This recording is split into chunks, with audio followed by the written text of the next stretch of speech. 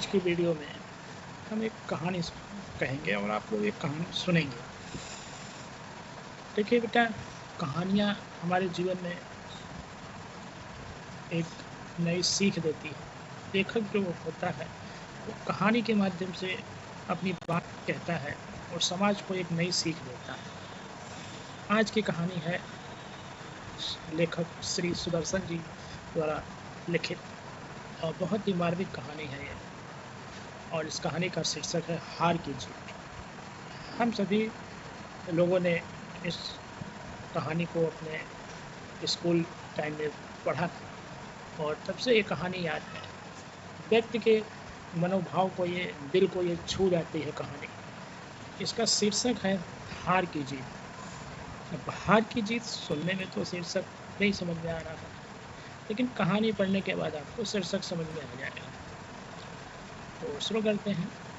माँ को अपने बेटे और किसान को अपने लहलाते खेत देखकर जो आनंद आता है, वही आनंद बाबा भारती को अपना घोड़ा देखकर आता है। भगवत भजन से जो समय बचता है वो घोड़े को अर्पण हो जाता है। घोड़ा बड़ा सुंदर था, बड़ा बलवान। उसके जोड़ का घोड़ा सारे इलाके में ना था। बाबा भारती उसे सुल्तान कहकर पुकारते, अपने हाथ से खरहरा करते, खुद दाना खिलाते और देखकर प्रसन्न होते थे। खरहरा का मतलब उसकी पीठ पर हाथ फेरा करते थे। उन्होंने रुपया, माल, असबाब, जमीन आदि अपना सब कुछ छोड़ दिया था, यहाँ तक कि उन्हें नगर के जीवन से भी घृणा थी। अब गांव से बाहर एक छोटे से मंदिर में रहते और भगवान का भजन करते थे। मैं सुल्तान के बिना नहीं रह सकूंगा, उन्हें ऐसी भ्रांति सी हो गई थी। वे उसकी चाल पर लट्टू थे। कहते हैं ऐसे चलता है जैसे मोर घटा को देखकर नाच रहा। जब तक संध्या समय सुल्तान पर चढ़कर 8-10 मील का चक्कर न लगा लेते, उन्हें चैन न आता।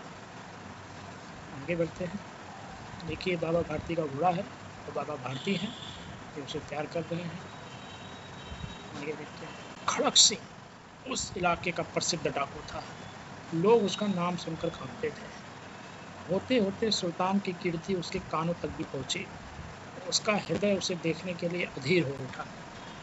एक दिन वह दोपहर के समय बाबा भारती के पास पहुंचा और नमस्कार करके बैठ गया। बाबा भारती ने पूछा, खड़क सिंह क्या हाल है? खड़क सिंह ने सिर झुकाकर उत्तर दिया, आपकी दया है। कहो इधर कैसे आ गए? सुल्तान की चाह खींच लाए। विचित्र जानवर है, देखोगे तो प्रसन्न हो जाओगे। मैंने भी बड़ी प्रशंसा सुनी है, उसकी चाल तुम्हारा मन मोह लेगी। कहते हैं देखने में भी बहुत सुंदर। क्या कहना, जो उसे एक बार देख लेता है उसके हृदय पर उसकी छवि अंकित हो जाती है। खड़क सिंह बोला, बहुत दिनों से अभिलाषा थी, आज उपस्थित हो चुका हूँ। बाबा भारती और खड़क सिंह दोनों अस्तबल में पहुँचे। बाबा ने घोड़ा दिखाया घमंड से। खड़क सिंह ने घोड़ा देखा आश्चर्य से। उसने सैकड़ों घोड़े देखे थे, परंतु ऐसा बांका घोड़ा उसकी आंखों से कभी न गुजरा था। सोचने लगा, भाग की बात है, ऐसा घोड़ा खड़क सिंह के पास होना चाहिए था। इस साधु को ऐसी चीज़ों से क्या लाभ? कुछ देर तक आश्चर्य से चुपचाप खड़ा रहा। इसके पश्चात उसके हृदय में हलचल होने लगी। बालकों की सी अधीरता से बोला, परंतु बाबा जी, इसकी चाल न देखी तो क्या? बाबा भारती भी मनुष्य ही थे। अपनी चीज़ की प्रशंसा दूसरे के मुख से सुनने के लिए उनका हृदय भी अधीर हो गया। घोड़े को खोलकर बाहर लाए और उसकी पीठ पर हाथ फेरने लगे। एकाएक उचक्कर सवार होकर घोड़ा हवा से बातें करने लगा। उसकी चाल को देखकर खड़क सिंह के हृदय पर सांप उठ गया। वह डाकू था और जो वस्तु उसे पसंद आ जाए उस पर वह अपना अधिकार समझता था। उसके पास बाहुबल था, आदमी थे और बेरहमी थे। जाते जाते उसने कहा, बाबा जी, ये घोड़ा आपके पास ना रहने दूंगा। बाबा भारती डर गए। अब उन्हें रात को नींद न आती। सारी रात अस्तबल की रखवाली में कटने लगी। प्रतिक्षण खड़क सिंह का भय लगा रहता, परंतु कई मास बीत गए और न आया। यहाँ तक कि बाबा भारती कुछ असावधान हो गए और इस भय को स्वप्न के भय की न्याय मिथ्या समझने लगे। संध्या का समय था। बाबा भारती सुल्तान की पीठ पर सवार होकर घूमने जा रहे थे। इस समय इनकी आंखों में चमक थी, मुख पर प्रसन्नता। कभी घोड़े के शरीर को देखते, कभी उसके रंग को, और मन में फूले न समाते थे। सहसा एक और से आवाज आई, ओ बाबा, इस कंगले की सुनते जाना। देखिए, बाबा भारती अपने घोड़े पर सवार है और ये कोई भिखारी सा बेस बना के पेड़ के नीचे बैठा हुआ है। बोला, ओ बाबा, इस कंगले की सुनते जाना। आगे देखते क्या होता है। आवाज़ में करुणा थी। बाबा ने घोड़े को रोक लिया। देखा, एक अपाहिज वृक्ष की छाया में पड़ा कराह रहा है। बोले, क्यों, तुम्हें क्या कष्ट है? अपाहिज ने हाथ जोड़कर कहा, बाबा मैं दुखियारा हूँ, मुझ पर दया करो। रामा वाला यहाँ से 3 मील है, मुझे वहाँ जाना है। घोड़े पर चढ़ा लो, परमात्मा भला करेगा। वहाँ तुम्हारा कौन है? दुर्गा दत्त वैद्य का नाम आपने सुना होगा। मैं उसका सौतेला भाई हूँ, खड़क सिंह बोला। बाबा भारती ने घोड़े से उतरकर अपाहिज को घोड़े पर सवार किया। स्वयं उसकी लगाम पकड़कर धीरे धीरे चलने लगा। सहसा उन्हें एक झटका सा लगा और लगाम हाथ से छूट गई। उनके आश्चर्य का ठिकाना न रहा जब उन्होंने देखा कि अपाहिज घोड़े की पीठ पर तन कर बैठा है और घोड़े को दौड़ाए लिए जा रहा है। उनके मुख से भय, विस्मय और निराशा से मिली हुई चीख निकल गई। वह अपाहिज डाकू खड़क सिंह था। बाबा भारती कुछ देर तक चुप रहे और कुछ समय पश्चात कुछ निश्चय करके पूरे बल से चिल्लाकर बोले, जरा ठहर जाओ। खड़क सिंह ने आवाज़ सुनकर घोड़ा रोक लिया और उसके गर्दन पर प्यार से हाथ फेंकते हुए कहा, बाबा जी, अब घोड़ा अब मैं दूंगा, परंतु एक बात सुनते जाओ। खड़क सिंह ठहर गया।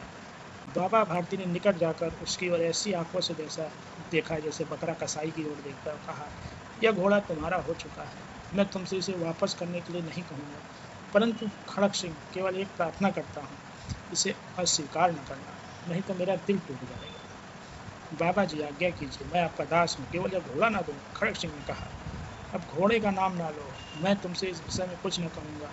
मेरी प्रार्थना केवल यह है कि इस घटना को किसी के सामने प्रकट न करना। खड़क सिंह का मुंह आश्चर्य से खुला रह गया। उसे लगा था कि उसे घोड़े को लेकर यहाँ से भागना पड़ेगा, परंतु बाबा भारती ने स्वयं उसे कहा कि इस घटना को किसी के सामने प्रकट न करना। देखिए, ये बाबा भारती हैं, खड़क सिंह घोड़े पे बैठा हुआ है अपाहिज के बाद। इससे क्या प्रयोजन सिद्ध हो सकता है? खड़क सिंह ने बहुत सोचा, बहुत सिर मारा, परंतु कुछ समझ ना सका। हार कर उसने अपनी आंखें बाबा भारती के मुख पर गड़ा दी और पूछा, बाबा जी, इसमें आपको क्या डर है? बाबा ने उत्तर दिया, लोगों को यदि इस घटना का पता चला तो किसी गरीब पर विश्वास नहीं करेंगे, दुनिया से विश्वास उड़ जाएगा। यह कहते कहते उन्होंने सुल्तान की ओर से मुंह इस तरह मुंह मोड़ लिया जैसे उससे कोई कभी उसका संबंध ही न रहा। बाबा भारती चले गए, परंतु उनके शब्द खड़क सिंह के कानों में उसी प्रकार गूंज रहे थे। सोचता था, कैसे ऊंचे विचार हैं, कैसा पवित्र भाव है। उन्हें इस घोड़े से प्रेम था। इसे देखकर उनका मुख फूल की नाई खिल जाता था।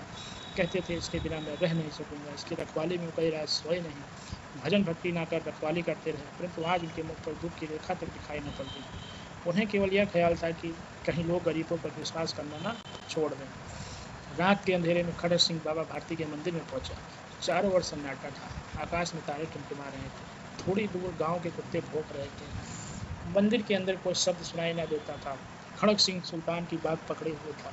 वह धीरे धीरे अस्तबल के फाटक पर पहुंचा। फाटक खुला था। किसी समय वह बाबा भारती स्वयं लाठी लेकर पहरा देते थे, परंतु आज उन्हें किसी चोरी, किसी डाके का भय नहीं था।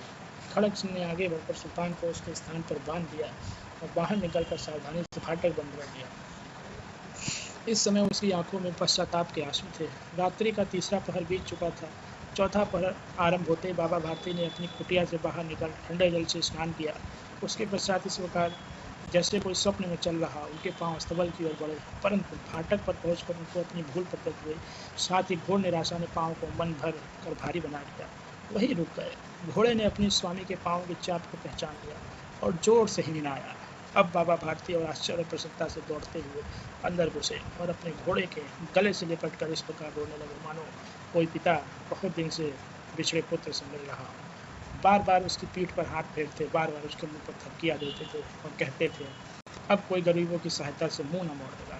थोड़ी देर बाद जब वो अस्तबल से बाहर निकले तो उनकी आंखों से आंसू बह रहे थे। ये आंसू उसी भूमि पर ठीक उसी जगह गिर रहे थे जहाँ बाहर निकलने के बाद खड़क सिंह खड़ा होकर रोया था। दोनों की आंसुओं का उस भूमि की मिट्टी पर परस्पर मेल हो गया। लेखक हैं श्री सुदर्शन। तो बच्चों, ये कहानी थी और इस कहानी बहुत ही मार्मिक कहानी थी कि कभी हमें उसके साथ किसी कोई छल नहीं करना चाहिए जो पर सच्चे मन से हमारी बात सुनता हो, समझता हो, नहीं तो उससे ज़्यादा दुख आपको होगा।